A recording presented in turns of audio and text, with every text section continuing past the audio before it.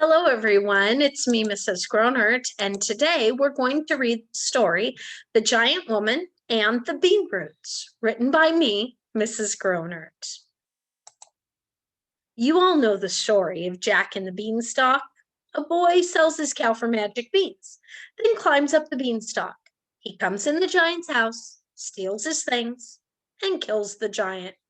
He lives happily ever after. Have you ever wondered what happened to the giant woman after the giant disappeared? Probably not. I was not even important enough in Jack's story to be named. The giant only called me woman, and Jack never even asked my name. I have a name. I have a story. My name is Bestla. This is the story of how I found my own happily ever after. As you know, I'm the giant's wife. You saw me working in Jack's story. You saw how I made food for the giant and brought him his things. He never once said thank you. All he did was yell at me to do his work. All day and all night, he would yell, woman, woman. When the giant was alive, I never had time to do anything but feed him and get him things. So when he chased Jack down the beanstalk and fell into the earth and disappeared, I was free. At first, I thought he would come back, but after some time, he never returned. I was left in the giant castle with only my unicorn to keep me company. I know you don't remember a unicorn from Jack's story. The unicorn was in the stable, of course. She was mine. While the giant was alive, he was very good at eating people and stealing their things. So even though all I ever did was feed him and bring him things, I always had food to eat. Now that the giant's gone, I have no food. I have no money. I have nothing, only my unicorn. I decided that the only way I would be able to survive without food would be to sell my unicorn for money. I went out toward the village to sell her. I knew that I needed to get a lot of money in order to survive. On my way to the village, I met a strange little man. The little man said, "Why, that is a very fine unicorn you have, my lovely lady. I would like to buy your unicorn." "Yes, this is a fine unicorn," I replied. "She is very special. She is the only unicorn in the Cloud Kingdom. I will need a lot of money for her." "Oh, my lady, I have something far better than money. I have beans," said the strange little man. "Beans?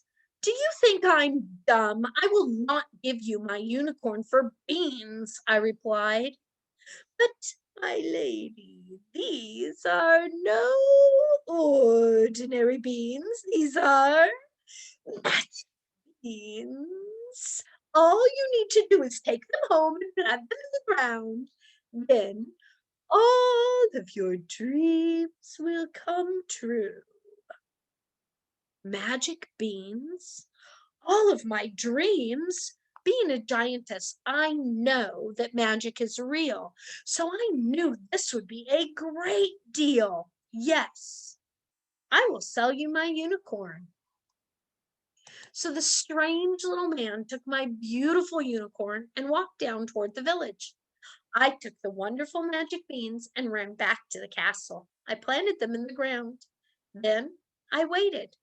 The next morning, when I woke up, there was a bean plant growing in the ground.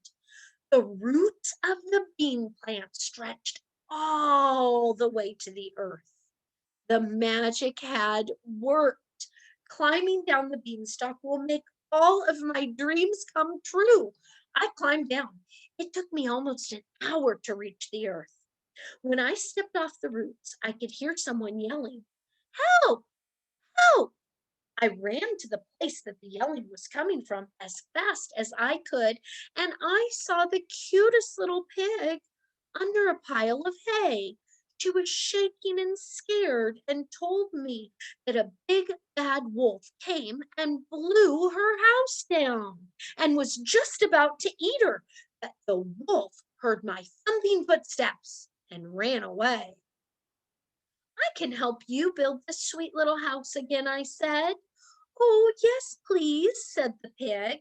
I stayed and helped that sweet little pig build her house again. She was so thankful that she invited me to visit her big brother's house.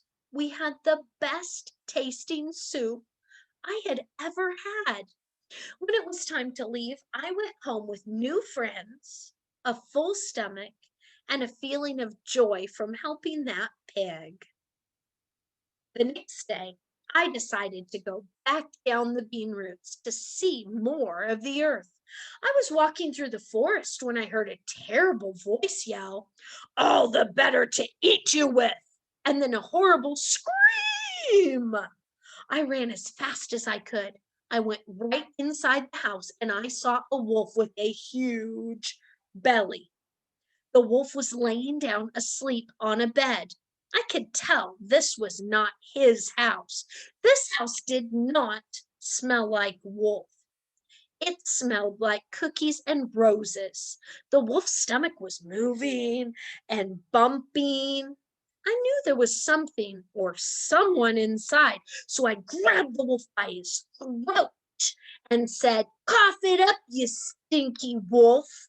Well, the wolf did not want to cough at first, but then I held him above my head and said, "Cough it up, or I will throw you as far as I can." That sure scared the wolf. He coughed once, and out came a little girl. He coughed again, and out came her grandmother. Then the wolf ran away, howling and afraid.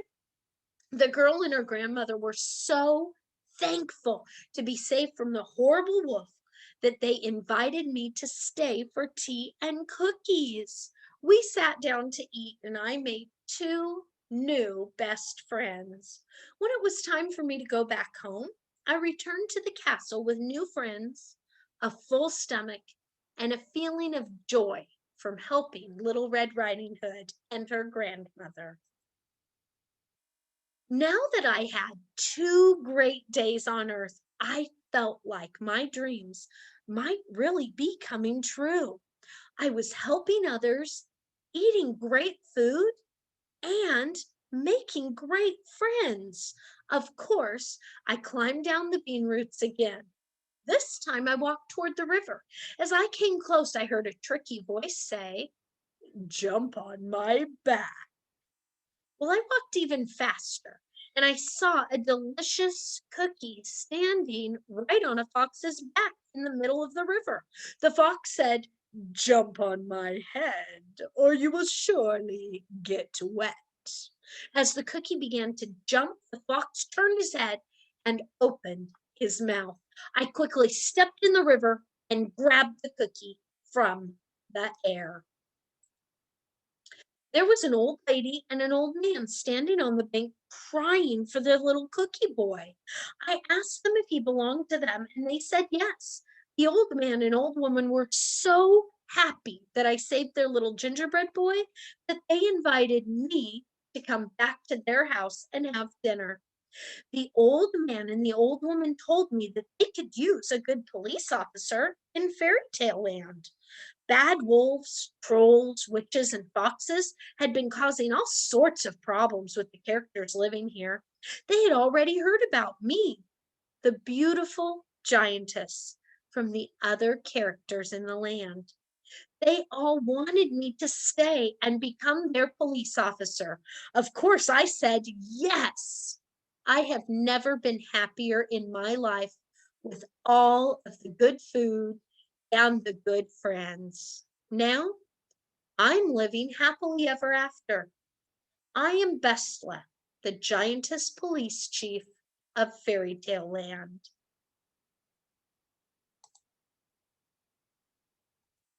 I hope you enjoyed the story today, and I hope to see you again very soon.